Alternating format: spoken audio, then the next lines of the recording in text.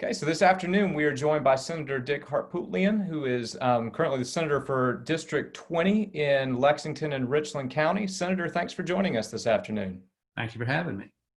Well, let's just jump right in. And one thing that we want to make sure is our members get a chance to know you a little better. So if you could tell me how your personal and professional experiences have shaped your beliefs on the importance of education in South Carolina.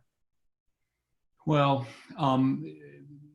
several factors. One, when I got out of law school, I went to work in the solicitor's office as an assistant solicitor initially, and then became deputy solicitor, and dealt with the family court and juvenile crime a significant amount of the time, although I did primarily homicide prosecutions.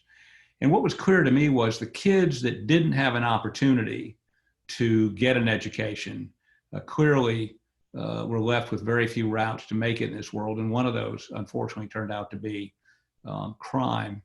When I became solicitor in 1991, at that point, family courts were still putting truants in jail, in juvenile jail, which made no sense. So I helped found a program called Cities and Schools as solicitor, and we sent no truants to jail. We sent them to alternative schools and alternative programs. It sounds like old hat now, but back then it was very, very radical to suggest doing that.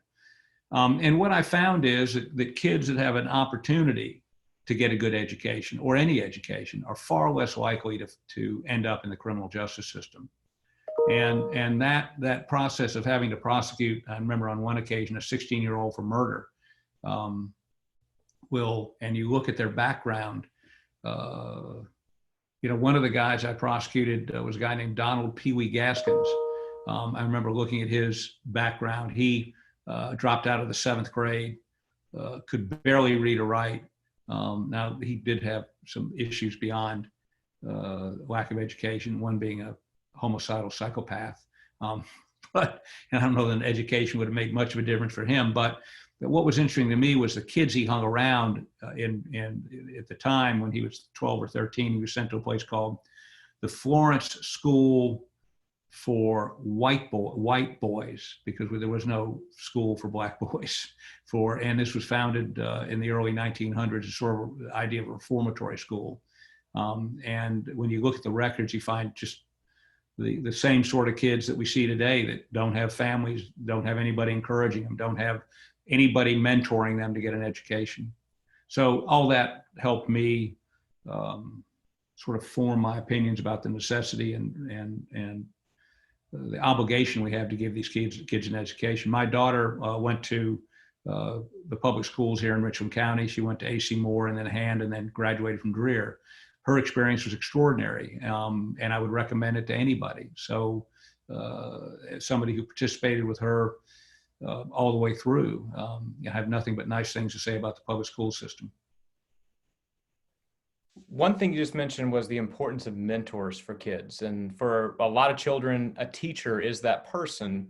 But unfortunately, our state is experiencing a teaching shortage crisis with thousands of teachers leaving the classroom, hundreds of vacancies to start each school year, which means kids don't have that touch point, which we know that they need. So in your opinion, what steps should the General Assembly be taking to try to better recruit and retain great teachers to our classrooms to work with our students? Well, you'll read these columns from time to time that indicate money is not the problem with our public education system. They're wrong. That is the problem with the public education system.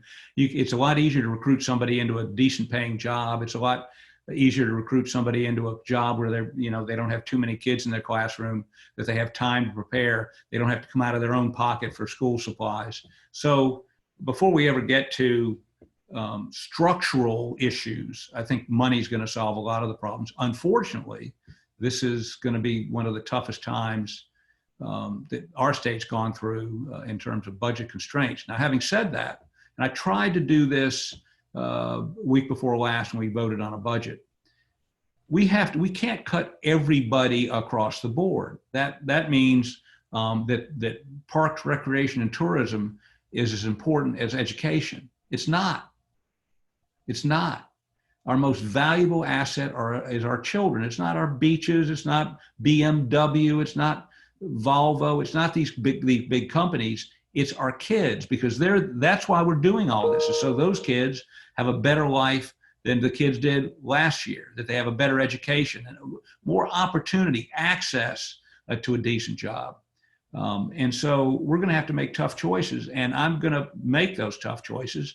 By way of example, Department of Commerce had $100 million in extra money that they didn't spend last year. Now they say 50 million of that is committed to something else, but 60 million's not. But the House wouldn't take it up. But we should take that 60 million. We should have given it to teachers.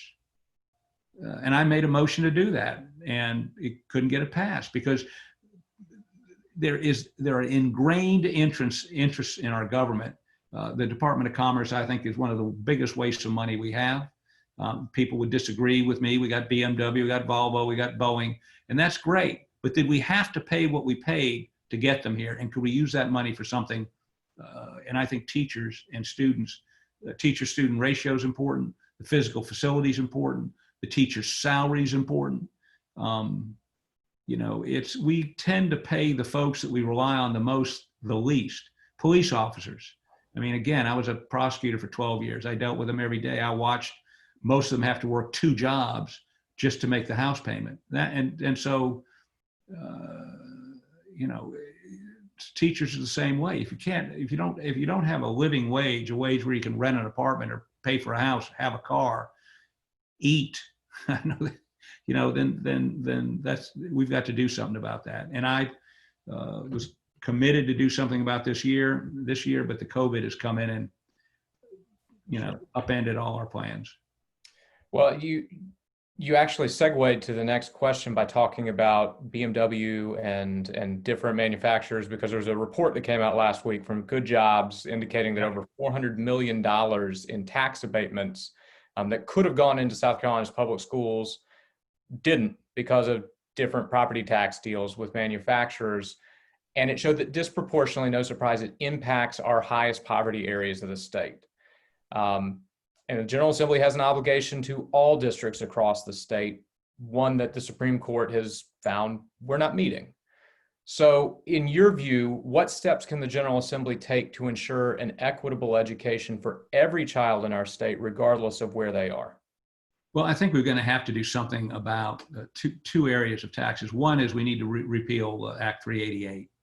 And there's a bill that Mike Fanning has proposed this year. He's going to propose it next year, and I'll join with him in doing that. Now, we may not be able to get the whole thing repealed. We may not be able to get it repealed overnight, but it was a bad idea that's just cost our school systems millions and millions of dollars and didn't benefit anybody really, except greedy people wanted to keep some of their money. The second thing we have to do is, and the Good Jobs report confirms everything I thought about these fee in lieu of taxes deals. We need to carve out the schools from the fee in lieu of taxes deals that the counties and the cities can make. Now that means those deals won't be as attractive or as lucrative as they are now. But I have a feeling a lot of these manufacturing companies would come here without all the swag, if you will, that we give them. So, I mean, if you look at Good Jobs and look at their analysis of transparency, we're the worst, the bottom 5 transparency folks in the country. I've sued the Department of Commerce in a case called Harpootlian versus Department of Commerce over GT Tire. I just want to know how much they gave this company that went belly up, and what did we get for it? And if we can, and they raise objections under the Freedom of Information Act, saying that's confidential work product, trade secrets. We've got a judge that's going to make that decision here pretty soon. And I'm going to go after the Department of Commerce next year for transparency. And if I got a filibuster, I will filibuster this. It's too important. Well, I would argue, I think you're exactly right on, and high quality schools can be an incentive for businesses to come here as well. It's the best incentive. When people start looking to buy a house, if they got kids, the first question is, what are the schools like? wherever. So if a business is coming in, what guarantee do we have that we can provide you with educatable, trainable people for your jobs if they can't get a high school degree? Yeah. So no, I think it's more critical than buying them a piece of property or building them an interstate interchange. I think it's providing the knowledge that their employees and their potential employees will have access to good education is important, more important than anything else. Well, you mentioned a lawsuit, and there is one that our members are also incredibly interested in hearing the outcome of. It's Governor McMaster's case before the state Supreme Court right now in Adams versus McMaster about his Safe Grants program, his private school scholarships, voucher program out of federal relief dollars. And the governor said he wants to see the General Assembly enact a permanent version of the Safe Grants program next session. Over my dead body. Okay, is that clear enough for you? That was the question. Over my dead body. Not going to do it. We don't have enough money, public money for public schools. Why would we give it to private schools? Look, public education is the great homogenizer. It's what brings us together, gives us a common society. I don't know why everybody's got to have their own little segment here and segment there. I mean, if we have a good public education, then black, white, rich, poor, whatever, will all be educated and get the benefit of that great educational system. I'm not interested in creating a separate private. If you want to go to private school, you pay for it. I don't want to pay for it. Well, that is probably an issue the General Assembly will wrestle with next year, but we know another thing that you're likely to deal with, and you know this better than anyone because you've been in the Senate, is education reform. And you had weeks of S419 debate back in January and February. Since that didn't become law, there's a strong likelihood that those kind of issues come up again. So in your view, what are the top one or two issues that our state has to tackle to reform education? Well, I think two things. I mean, what the experience of that bill was, I don't think you'll ever see a comprehensive education bill again. I mean, it's just too much to digest in one bill. I think we've got to get funding straight before we do anything else. I mean, we can't ask teachers to do more and get enough of them, by the way, to keep teacher-student ratios low enough to where they can educate somebody. If we don't get them the money, we got to pay them more. We got to have lower student-teacher ratios. We got to have physical facilities that are conducive to education, and we've got to have nurses. We got to have guidance counselors. I think they're more important than somebody carrying a gun around the campus. Although there may be some campuses where that's needed. I'm not saying that there shouldn't be any of that, but again, we're going to have such limited money next year. We've got to be very careful about how we spend it, and we need to go back. I mean, I'm almost for a zero-based budgeting next year, and I'm going to try to suggest that we start. This is the year we should, with restricted incomes to the state, we ought to go in and look at every agency and make sure that their mission is something we need to fund for the next 18 months. I'm more money. Well, we have covered a lot of ground with questions, but I want to make sure that you have a chance to share with our members anything we might not have addressed. So is there anything else you wanted to share that we haven't covered? Well, just that y'all came 10,000 strong to the State House. That impressed a bunch of people. But you need to focus on a specific issue. If it's money, then let's make it money. I think that ought to be the issue. And start this fall with Senate Finance and with the House Ways and Means, and have people, not just your lobbyists, but have teachers attend those committee meetings. And so that they're right there to comment on what's happening right then and come up with a way to find the money. You're going to hear, oh, we just don't have the money this year. That's, pardon my French, bullshit. We got money. We got $100 billion. Now, how you spend that money? Are we going to renovate an opera house in Sumter with it, or build a new museum up in Greenville with it? Are we going to put that money where it really matters, and that's into our schools?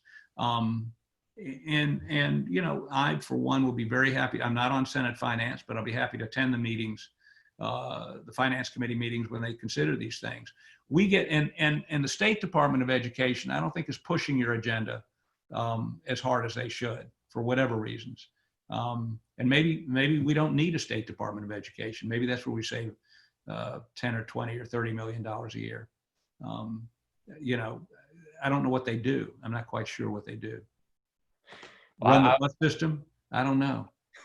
I'll let them speak to their own job description. Senator, we appreciate the time and for sharing with our members. And we wish you all the best this fall. And we thank you for all the work you did in this past session on behalf of public schools. Well, thank you. And again, I'm easy to find if you've got something you want to, something that's and people raise issues and questions. You got solutions. I want to hear those. I mean, if somebody, look, you've got a bunch of educators. Y'all could take that state budget line by line, tear it apart, and figure out where the money's hidden. I'm one senator with no staff.